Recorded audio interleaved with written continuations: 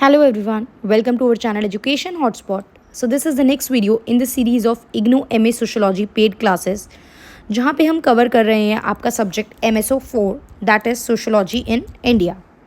यहाँ पे जिस टॉपिक पे हम बात करें again very common very detailed topic जिस पे क्वेश्चन आने के चांसेस काफ़ी ज़्यादा रहते हैं। एक दो बार आप रीड करोगे देखो ये टॉपिक आसानी से माइंड में बैठ जाएगा क्योंकि जो हम बात करते हैं सोशल मूवमेंट जो आपकी लास्ट यूनिट कवर करती है। सोशल मूवमेंट में हमने social movement old and new social movement ये सब चीज़ों के नोट्स मैं आपके साथ शेयर कर चुकी हूँ। अभी वीडियो फॉर्मेट में भी मैं उन टॉपिक्स को कवर कर दूँगी। तो यहाँ पे आपके जो न्यू सोशल मूवमेंट या ओल्ड सोशल मूवमेंट की बात करें तो हमारे पास एक इनमें से एक टाइप में एक आता है आपका पीजेंट मूवमेंट। नाम से हमें क्लियर हो रहा है किसानों का आंदोलन।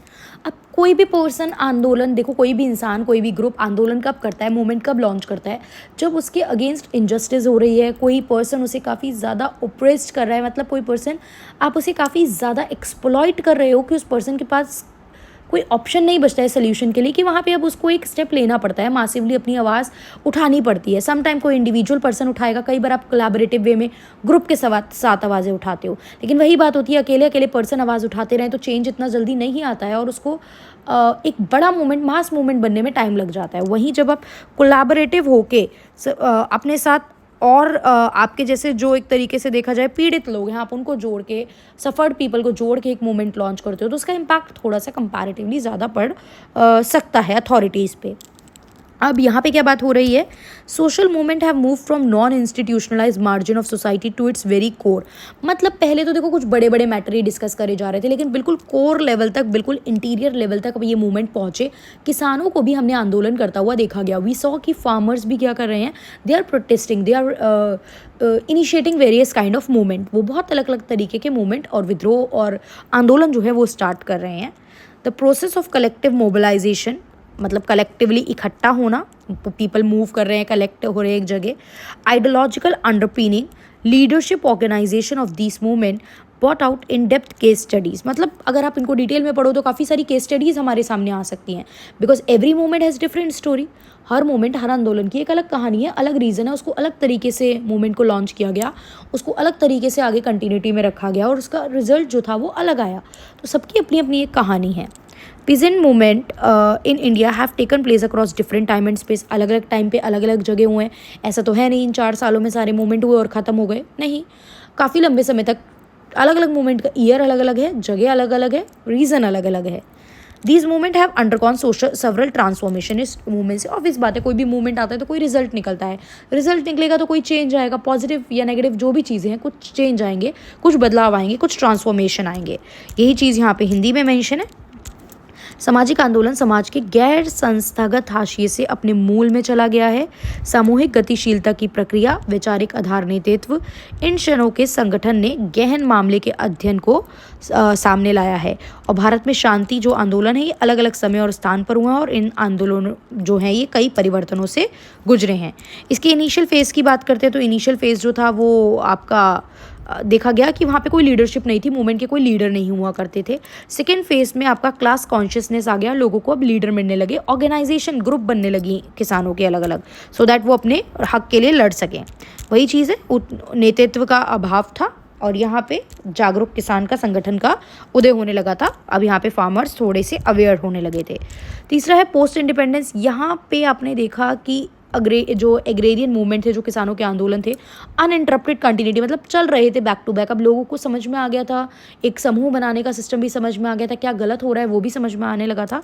तो अब यहाँ पे जो भी उनकी बेसिक प्रॉब्लम थी काम करने वाले किसानों फार्मर्स की, वो आगे तक वो लोग ले जाने लगे। लेकिन फिर भी जब क्या होता है कि खुद को क्यों आवाज़ उठानी पड़ती है, जब अथॉरिटी नहीं सुन रही है, खुद को एक्शन कब लेना पड़ता है। एक हमने टीचर से बार बार कंप्लेन करी कि वो बच्चा हमें ट्रबल कर रहा है, आपने नहीं सुना। अल्टीमेटली एक पॉइंट आया, 10 दिन ट्रबल करा, 11वें दिन भाई हमने मार दिया क्योंकि नहीं बर्दाश्त हो रही थी चीज़ें, ये लड़ाई हो गई, कुछ भी वट एवर, ठीक है। वैसे मारना is not right, violence is not right at इन मतलब किसी भी सिचुएशन में।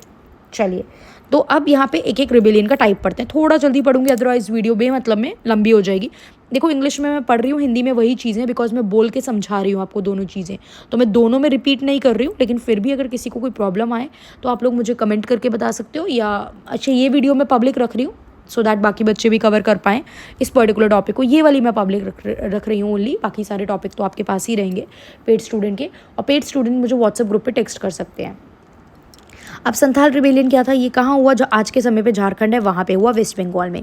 रिवोल्ट कब ब्रेक डाउन हुआ, 1855। देखो ऐसे तो ये रिवोल्ट पे बहुत लंबी बातें कर सकते हैं, 3 पेज संथाल पे ही भर सकते हैं, सारी रिवोल्ट पे भर सकते हैं, बट अगर ये क्वेश्चन कलेक्टिवली 20 मार्क्स में आ जाएगा तो आपको सारे मूवमेंट को थोड़ा थोड़ा एक्सप्लेन करना पड़ेगा, और वही मैंने यहाँ पे किया है। Clear? When thousands of Santals assembled and Bhognadih village and declared themselves free. अब वो इकट्ठे हुए, उन्होंने बोला अब हम फ्री हैं, हम किसी के अंडर रह के यहाँ पे काम नहीं कर रहे हैं, हम ब्रिटिशर के अंडर नहीं हैं और हम उनकी बातें नहीं मानेंगे। इस मूवमेंट को 2 ब्रदर्स ने ऑर्गेनाइज किया, सिद्धू एंड कानू, और उन्होंने ये क्लेम करा कि भाई हमें तो ऊपर से ऑर्डर आते हैं, कोई सुपर नेचुरल पावर है, कोई शक्ति है जो हमें ऑर्डर दे रही है, और ये कह रही है कि जो आप पे ये जो ऑफिसर्स जुल्म कर रहे हैं, आप पे जो अत्याचार हो रहा है, आपका ये जो एक्सप्लॉयटेशन हो रहा है, ये आपको बर्दाश्त करने की ज़रूरत नहीं है, उनके अगेंस्ट आवाज़ उठाइए। तो ये इस स्टार्टिंग इन दोनों ब्रदर ने की थी। रीज़न ये देखे कि हमें जो है कोई सुपर नेचुरल पावर है, वो ये चीज़ों के ऑर्डर दे रही है कि अब आप इस चीज़ों से छुटकारा पाइए।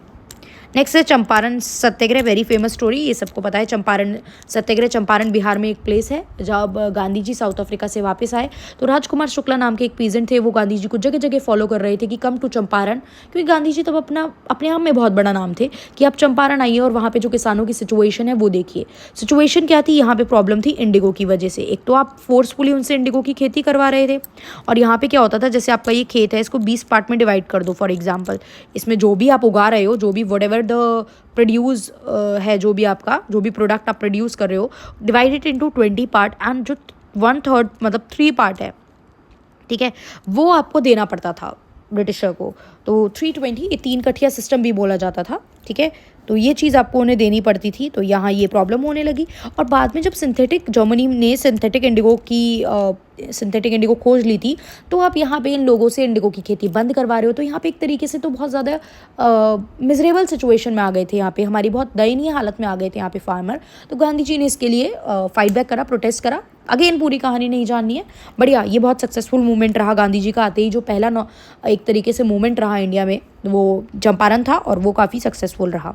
संथाल चंपारण के बाद हम देखेंगे। अच्छा, ये सिस्टम मैंने बता दिया, इसको 3 कठिया सिस्टम बोला जाता था, एंड जो फार्मर्स थे काफ़ी लो प्राइस मिलता था, और यही सब चीज़ें, और गांधी जी ने मूवमेंट रेस किया और 3 कठिया सिस्टम को अबॉलिश कर दिया गया।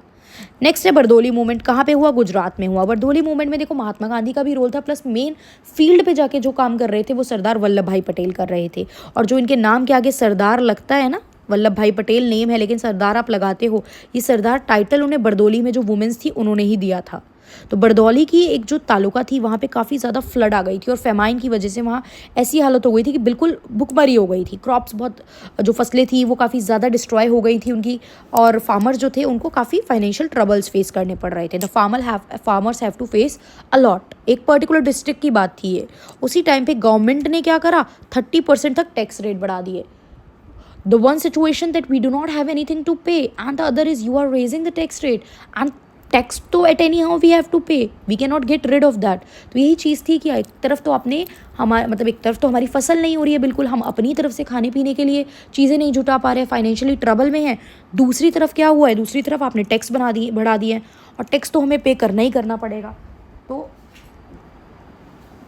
देखा जाए तो ये तो बिल्कुल क्या पड़ गई, डबल मार पड़ गई थी। और जो गुजरात के एक्टिविस्ट थे सारे, ये नाम पढ़ लेना, नाराहरी पारेख, रविशंकर व्यास, मनोहर पांड्या, इन्होंने वल्लभ भाई पटेल की हेल्प ली और फार्मर को बोला कि अब टैक्स वैक्स मत पे करो, लेकिन नॉन वायलेंट तरीके से ये काम करो। ये भी बोला भैया वायलेंस तो करनी नहीं है। ब्रिटिशर ने काफ़ी ट्राई करा कि ये मूवमेंट ना क्रश हो पाए, बट हाँ ये मूवमेंट चला और एक सक्सेसफुल मूवमेंट रहा। ये कौन सा था, बरदोली आंदोलन। नेक्स्ट हमारे पास है मोपला। थोड़ा स्पीड में करते हैं, कई बार क्योंकि प्रॉब्लम आ रही है कि वीडियो भी सेव नहीं होती है लास्ट में अगर हम देखते हैं तो। मोपला में देखते हैं क्या है, मोपला में देखते हैं अगस्त 1921 में मालाबार डिस्ट्रिक्ट केरला में ये इमर्ज हुआ। मोपला टेनेंट्स जो थे वो मुस्लिम थे and they agitated against the Hindu. भाई वो गुस्से में थे हिंदू जो लैंडलॉर्ड्स थे, ब्रिटिश गवर्नमेंट थे। मेन इशू क्या आ रहा था, रेंट बहुत ज़्यादा था, हाई रिन्यूअल ऑफ फीस, मतलब आप जब रिन्यू कराने को बोलते थे तो फीस बहुत ज़्यादा लेते थे चीज़ों की, और यहाँ पे लैंड टेन्योर जो सिस्टम चलता था वो बहुत अनफेवरेबल था। इस वजह से ये मूवमेंट को प्रेस किया गया, जो बोला गया मोपला रिबेलियन। तेभागा मूवमेंट, तेभागा क्या होता है, 3 शेयर ऑफ द हार्वेस्ट, मतलब जो भी हार्वेस्ट होगी उसके 3 शेयर करे जाएंगे। ये मूवमेंट स्टार्ट किया गया था शेयर ऑफ प्रोड्यूस, मतलब आप जो हमसे लेते हो 1/2 1/3, मतलब हमें यार ऐसा मत करो कि हमें 1/3 हिस्सा दो, हमें कम से कम आधे हिस्से पे तो राइट दो हमारा, ठीक है। विच दे यूज टू पे टू द जोतदार, जो भी जोतदार होते थे उनको पे करना होता था। तो ये चाहते थे कि ये चीज़ नहीं होनी चाहिए, हमें कम से कम हमारी फसल का एक इक्वल पोर्शन तो मिलना चाहिए, और इसको किसान सभा ने ऑर्गेनाइज करा था। तेलंगाना मूवमेंट की बात करें तो तेलंगाना मूवमेंट जो था ये फाइट थी फ्यूडल ऑपरेशन में, जो रूलर्स और लोकल लैंड ओनर की थी आंध्र प्रदेश में। ये सीपीआई ने लॉन्च करा था। सीपीआई की जो एक तरीके से किसानों की विंग थी, क्योंकि CPI communist party of India अलग अलग आइडियोलॉजी पे काम करती थी, तो जो उनकी किसानों वाली विंग थी किसान सभा, उसने ये मूवमेंट लॉन्च करा था। अगेन आई एम सेइंग बहुत डिटेल है इन मूवमेंट्स में, ऐसा नहीं है कि इतना ही बताया आपने तो लिख तो बहुत कुछ सकते हैं, बट अभी मैं आपको एक कंबाइंड क्वेश्चन बता रही हूँ, दैट्स वाई मैं ये सब शॉर्ट में डिस्कस कर रही हूँ, बिकॉज 20 मार्क में तो हर मूवमेंट को आप डिटेल एक्सप्लेन करोगे नहीं। नक्सलाइट मूवमेंट की अपने आप में खुद बहुत बड़ी हिस्ट्री है। What is naxalite movement? Obvious बात है, नक्सलाइट समझ में आ रहा है, नक्सलवादी पीपल। वेस्ट बंगाल में ये मूवमेंट हुआ एक तरीके से देखे तो। अपराइजिंग जो थी ये ऑकर हुई कहाँ पे? नक्सलबारी थाना, दार्जिलिंग डिस्ट्रिक्ट है वेस्ट बंगाल में, 1967 में। एक तरीके से वॉलेंट मूवमेंट आप इसको कह सकते हो। इसको लेड करा ट्राइबल्स ने and the radical communist leader of Bengal. Main leader जो है वो चारू मजुमदार, और जो आदिवासीज़ हैं उसने काफ़ी ज़्यादा सपोर्ट किया, क्योंकि उन्हीं लोगों के साथ डिस्क्रिमिनेशन काफ़ी ज़्यादा होता था और एक्सप्लॉयटेशन होता था from the state authority. So that's why they actively participate in this movement. और इस मूवमेंट के चलते हमें क्या देखने को मिला? एक शांति और पीसफुल मूवमेंट एक तरीके से हम इसे नहीं बोलेंगे, यहाँ पे आपको वॉयलेंस वाला पार्ट भी देखने को मिला। तो आई होप ये सारे पीजेंट मूवमेंट समझ में आ गए होंगे। अगर 20 मार्क्स में पूछता है तो हमें 1 बाय 1 ये सारे डिटेल में एक्सप्लेन करने पड़ेंगे। हाँ, अगर कभी कोई सिंगल पूछे तो उसके बारे में डिटेल में लिखना है, but otherwise peasant movement explain करने को आए तो आपको ये सारे मूवमेंट, एक बैकग्राउंड, कितने फेजेस में आए, ये सब चीज़ें एक्सप्लेन करनी पड़ेंगी। सो आई होप कोई प्रॉब्लम नहीं होगी इस क्वेश्चन में। बाकी जो भी डाउट है कमेंट करके पूछ सकते हैं। यूट्यूब वाले स्टूडेंट एंड जो पेड क्लासेस के स्टूडेंट हैं वो इस क्वेश्चन को व्हाट्सअप ग्रुप पे आप मुझसे डाउट पूछ सकते हैं। सो बाकी जो भी होगा नेक्स्ट क्लास में मिलते हैं। नेक्स्ट क्लास में फर्दर क्वेश्चन इस सब्जेक्ट के डिस्कस करेंगे। That's all for this video. Thank you for watching.